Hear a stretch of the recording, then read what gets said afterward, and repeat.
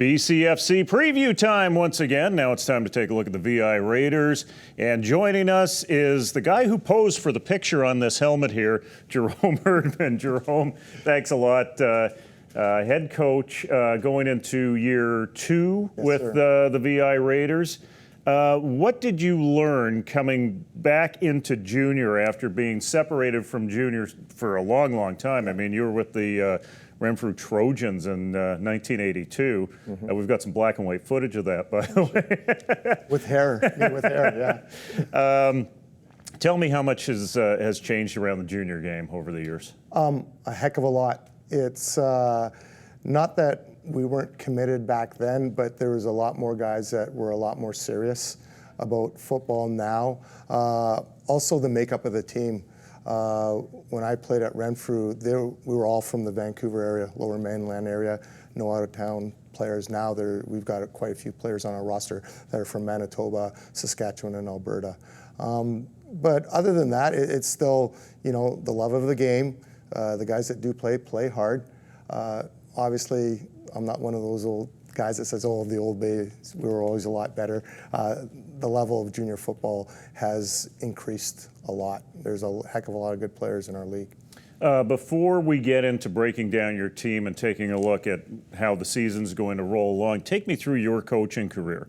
Because, we do have enough time to do that, by the way. Take me through that. You've got 3 CFL teams, one of them where you were a coordinator. You've been with a couple of CIS teams. You've learned a lot along the way, and you've also worked with a number of different head coaches where you've probably taken inspiration from a few of them along the way, too. Who was your biggest inspiration along that whole chain? Probably the fellow that I learned the most from is Steve Barato. He's the coach that gave me my first chance in the CFL when he was the head coach with the Lions. He hired me as the defensive back coach. And Steve, like myself, was an early morning guy. So we'd get to the offices early and we'd be up on the board. And he'd challenge me. And if I do this, how are you going to stop this?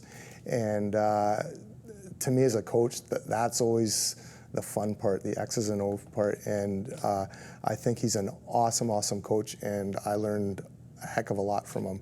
And UBC is very, very lucky to have him. And obviously the proof of his worth is him helping them win the national championship this year.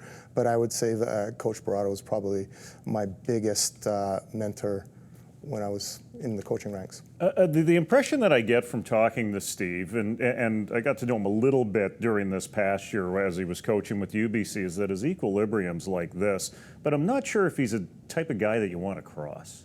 I kid Steve about that, because I remember back in the old days when he was a head coach in the CFL, and Steve had a bit of a temper, as we all do, and he'd get pretty animated on the sidelines.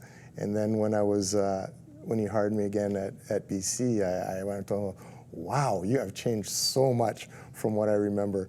And Steve that's one of the things I like about him. He's pretty self-aware. And he says, that was stupid, and he's learned. And that's another mark of a great coach, that he's always learning. And we as a coach have all got to take that attitude. The day we think we know it all, that's when we're in serious trouble. So that's another thing that was reinforced by Steve. But I'm pretty impressed with the guy. Resources are pretty wide between the CFL, the CIS, and the CJFL. But what lessons can you take from your CFL and CIS experiences and apply them day to day to being a head coach in the CJFL? I think what's important is structure. I think any head coach has got to be organized. You got to have a vision. You've got to be consistent. you can't, we discussed this earlier, you can't be one way as a coordinator and stuff like that, and you're hired to do a job because of your experiences that way and the way you handle things, and then become a head coach and totally switch around because it confuses the players, it confuses everything. And that's some of the stuff, I've seen it happen both ways in both the CFL and the CIS, and the guys that remained consistent and had a lot more success. And so that's one of the lessons that I've taken from my CFL and CIS experiences. What is your approach to recruiting? I know the VI Raiders have had a great deal of success going to the prairies and going outside of the Vancouver Island area for certain key players. Andrew Harris comes to mind, of course, above all, but there's been a number of others. Are you still taking that same approach? And how rich is the island in terms of a recruiting territory for you? Everybody knows that the Mid-Island's been pretty good in terms of generating some talent, but I understand that you're going head-to-head with the West Shore Rebels right down in Victoria to grab some talent as well. Yeah, the talent on the island is very, very impressive. Our own backyard is John Barsby, and we've got a couple of great players from them again this year. Corey Fletcher comes to mind.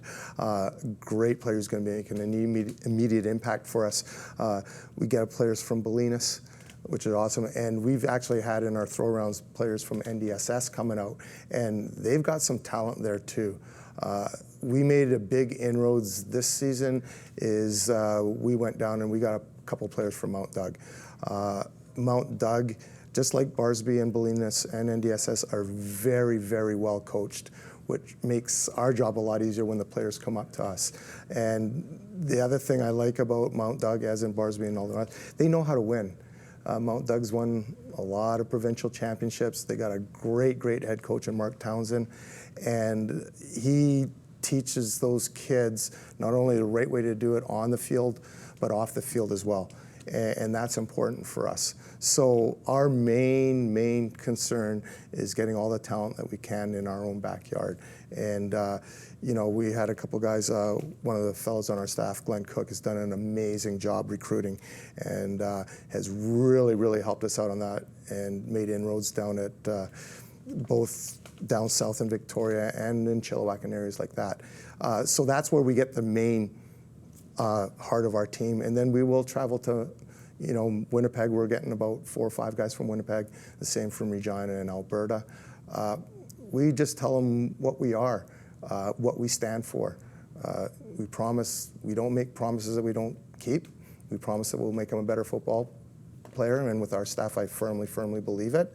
And we tell them our mandate is trying to make them better young men, teach them about life. When you're talking about what you are and what you stand for, and you take a look at the composition of the roster, in terms of off-field opportunity, how much of that is directed towards scholarship support? How much of that is directed towards job support in some cases? Because some of these young men want to work while they play football. What sort of makeup is there with the VI Raiders? It is very cross-sectional. I mean, and that's one of the beauties of junior football, is you have so many different types of players. You get the players that once they finish high school, they don't want to go post-secondary. They just want to work and still play football at a high level. We get the other group that is maybe wants to go into like being an electrician, the trades, which is hard to play at CIS if you can, and still play and do that. And then we have the ones that are upgrading. So at VI, just like most of the other junior programs, we have a tuition relief program. We work very closely with Vancouver Island University, and you know, they go to school, they have to pass all their marks, just like CIS, and they'll get a certain amount of their tuition reimbursed. We also help them find jobs, and we help them find a place to live. Like I said earlier, part of our mandate is to make them men too. So they're never ever gonna walk in a situation where here's your job waiting for you, here's your place waiting for you, and that. They have to, we'll provide them opportunities, but they have to go out and actually do the work, because that's what happens when you get in the real world. I think there's a real problem with situations where kids come in and everything's already given for them. Then when they leave that environment, now they're in trouble. They don't know how to function in the real world. So like I said earlier, part of our mission is to prepare them not only for a football future, but a life future. Okay, well, let's talk about your team now. And of course, in the 3-down game, a lot of stuff flows from the quarterback position. Yes, sir. Now, you went into last year with Liam O'Brien, who had literally transferred back from SFU and another position. Things have changed at that position. Tell me about the type of depth that you have at that position. We have a lot more depth this year. Last year, Liam's a great quarterback. Unfortunately, he got hurt in our first game, and we only had one backup quarterback on the roster. Brody Taylor came in and did a pretty good job for not having a lot of experience in that, but we weren't deep at all. This year, we've got 4 quarterbacks on our roster going into camp. We're really excited. We got Jake LeBerge from the mainland, from Terry Fox, who played really well in spring camp. We're excited about him. We've got Kevin Chopek, who's from Medicine Hat, but played at Hilltops for a couple years. And then we got an exciting young player back from Barsby who went down south playing baseball for a while, North Rain, who's an excellent athlete. And then we got Peter Leclair, another kid from Winnipeg, who's a young kid. He's got a little bit of development, but he's pretty good too. And then, of course, we have our backup from last year, Brody Taylor. So it's going to be quite a fight. Tamuziak, Peterson, there's a long line of great receivers that have been through your program. Yeah. Will they have targets to throw to this year? Yes. Our number one receiver returning is Dustin Rodriguez, D-Rod, Parksville kid. He was at Lions E Camp. He's very explosive, not the biggest in stature, but very quick, awesome at one-on-ones. We picked up a couple of good athletes too. North Rainey, if he doesn't make it at quarterback, is certainly able to play receiver for us. And then we got a couple of kids coming back from last year that we're looking to make an immediate impact. He'll definitely have targets. I would think that at running back, you have a calling card by having successful running backs of the past when you go out and recruit. What's the situation there? We were pretty good. We returned Nate Berg, who was banged up a little bit last season, and he's healthy now. So we got that, and we recruited heavily at that position, like we did every position. Thomas Franks from Parksville, he'll be coming back. And we got a couple other kids that really showed well in spring, and we're excited about that. And, a couple of our recruits we got a couple that were in that spring camp that might be coming too, so we're excited about that. When you say recruited heavily, when a coach tells me recruited heavily, that means that you've got a young team. Yeah, and that was part of our issue last year is we had quality recruits, but we didn't have enough at every position. And to be successful and to be very, very good, you have to have competition in practice, that everybody's got to work their butts off because they know that if I don't, the next guy waiting in line is going to jump in. And when you have a situation like that, you're going to be successful. It always reminds me of like when I was coaching at McGill playing the Lavals. You almost didn't want the Laval starter to get hurt because their backup comes in and he was hungry and just as good as an athlete and had something to prove. So it was a tough situation, and that's what we're trying to build on, where the competition within practice is almost tougher than what it is in a game, and everybody's hungry, and you can't, if you're a starter, I got to work my butt off or else the next guy in line is going to get his opportunity. But depth at offensive and defensive line, I think, right across the conference and right across amateur football at that age level is always a challenge. Are you even close to that sort of depth right now? Jim, it's at football, period. Yeah. You can never, ever have enough linemen. I remember when I was coaching in the CFL, you always think, okay, we've got 15 old linemen coming to camp. Yeah, we're pretty good. By the second week, you're down to 8 and stuff like that, and you're going, oh my goodness. So that is a position where you can never, ever, ever have enough. We've got a couple of guys coming in, a fellow that we're really excited about that I coached out at McGill, Brock Mold from Bolinas. He's coming back playing football for us. We're pretty excited about that. We got a player named Winger from out in Chilliwack who's going to be doing some good things. So we've really increased our O-line depth, D-line. A guy that I've known for a long time, I'm super excited to have him on our team, is Tristan Waters from Mount Doug. I'm excited not only for his playing ability, but his leadership. He has those intangibles. He's definitely going to be a team leader for us. And so we're really excited with the depth that we've added. Not enough yet. I'll be honest, I'll never say there is enough, but we're getting there. Secondary and linebackers. Secondary, probably, if I was to be honest, looking at probably our deepest group. Again, we got a couple of great kids from Mount Doug, Manny Lopez and Javen McNally Hardesty, who have an opportunity to start with us. They'll be competing right away for a starting position. And we have a lot of young kids returning. So our secondary, I think, is going to be our strength. Linebackers, Corey Fletcher from Barsby's impressed the heck out of me.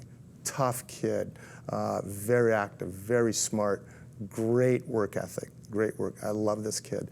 Really excited what he can do. You know, and then you got Dexter Shea back. So with a little bit of moving around, I think we'll be okay. Are we as deep in linebacker as we would like to be? No. I'd still rather have a couple more, but. When it comes to the way that players come into your program, historically the Raiders have held on to players for their full junior term.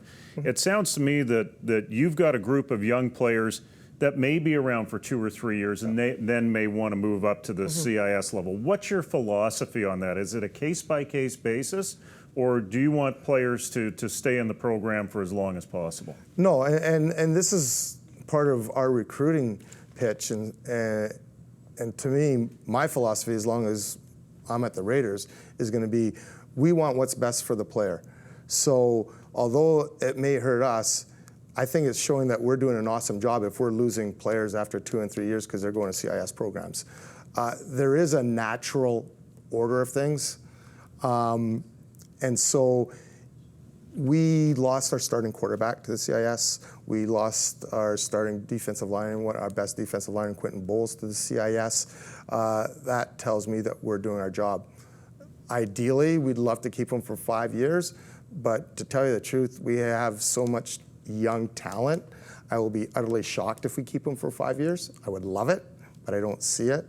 But we want them to develop and ultimately do what they want to do. If their ambition is to go in the CIS, we'll do everything that we possibly can to get them there. Some guys just, although they may be awesome players and could do it, that might not be their focus. They want to work, play junior football and that's awesome too. But no, we certainly don't have any issues about players moving on. We encourage it if they're ready. There's a belief out there from some coaches at various levels of amateur football that the Canadian football player is running about 2 years behind what an American football player is in terms of development coming out of the high school system, mainly because of late starts and a less intensive schedule. And junior kind of falls into that gap to bring up development, to get them to the next level. Is that something that you necessarily agree with? To a certain, again, it's a case-by-case situation, but generally speaking, yeah, junior football provides that bridge. There's a lot of high school players that are coming out that, you know, not just in Canada, but everywhere, that aren't maybe physically mature yet, that, you know, aren't academically mature yet. And still got to do that, and junior is a bridge that way, or that, like we said earlier, that just want to work. To say that's a Canadian issue, I think is false. The other thing about the States is their resources are so much better, and quite honestly, their attitude. You go down places like that, it's a religion for them, and everything is, boom, Friday night football is true. You go to some of these towns on Friday night, the place is empty. Does that happen in BC? To tell you the truth, no. Not on a consistent basis as it does down there. So all these things are tied up, but as for the player itself, I don't think that's necessarily true, because we see it when I was coaching in the CFL, we saw that all the time. All the Americans came up, oh yeah, I wasn't good enough down there, but I'll kick butt up here, and they get destroyed. So it's more of a situational as opposed to a player. But you know what? All that being said, how much better would the American system be if it had this wrinkle in it that is junior football, that would allow that level of maturity for a player leaving high school to maybe get grades up, to get physical maturity up, to focus on a trade, which universities don't do. That's right. How fortunate are we, and I'm not blowing smoke here for junior football, but how fortunate are we to have this unique set of development, mainly through Western Canada and a little bit in Ontario through the OFC, in place that is at one level transitional and is also aspirational? I think it's awesome, and we were talking earlier, and I really, really enjoy coaching junior football because of that reason. We're getting a lot of players, young men, that are at transitional level. There are times now they're coming to this fork in the road. Am I, just going to be a party animal and just kind of let things slide, or am I going to use this opportunity to improve myself, or not even improve myself, which is the way the economy going now? There's a lot more people going into trades. From everything I hear, trades is where it's at, and yet we're giving them an opportunity to play high-level competitive football at that. And like I said, I hate the bad rap that junior football sometimes have. There's a bunch of partying animals that aren't committed or anything like that. That's just not true. It's just a different avenue. And I think we're really, really lucky, and the players are really lucky to have that outlet. And it's something that should be celebrated, not looked down upon, because if anybody goes out, and I encourage people to do go out to the games, you see some high-level football. Like you mentioned, Andrew Harris came from our program. There's some great players that come out of Langley and Okanagan. Almost every BC team, you will see guys going to the next level that are darn good players. So the league is good, and it is getting better all the time. Well, even in the OFC, we saw Levi Noel and Shaquille Johnson leave their university teams going into their draft year, and they used it as a means to develop going into their draft year. Before I let you go here, I need you to kind of take a look up, even though you're in the middle of building your own team right now, and look at the rest of the conference. Where are the biggest challenges in front of you in terms of some of the other teams out there? Well, after taking a look at signing day, and I think every team got better. It's a bit of a transition year. There's a bit of a transition up in Okanagan. There's a transition down in Victoria with the adding of Shane Beatty, who's an excellent coach. Okanagan, Coach McCauley, I've met him on several occasions. I have a lot of respect for him. I'm really impressed. Coach Yamoka up in Kamloops, they had their biggest signing day ever. They're going to be a lot better. Coach Quinner out in Chilliwack, he's known for his recruiting, so they're doing their best to build. They'll be better. Langley, with the addition of Coach Olson, who I was fortunate enough to work with before, he's a great football coach. They're going to get better. I think the difference this year is I think it'll be a little bit more of a level playing field. Okanagan have done an awesome job recruiting, but it's very, very hard to replace the players that they lost last year. They sometimes it was the men playing with the boys with Okanagan. They were a very, very good football team. You discovered that in the Cullen Cup. Oh, we certainly did. We certainly did. We held them close for most of the game during the 2 games during the regular season, but I'm not going to blow smoke up anybody's butt. They kicked the crap out of us up there. They were a good football team, and it's not that they won't be as good. It's just the fact that they had a lot of great players that they lost, and you don't find them every day. So I think it'll be a lot more even distribution of games this year. I don't think you'll see the blowouts that we saw last year. But it's going to be exciting.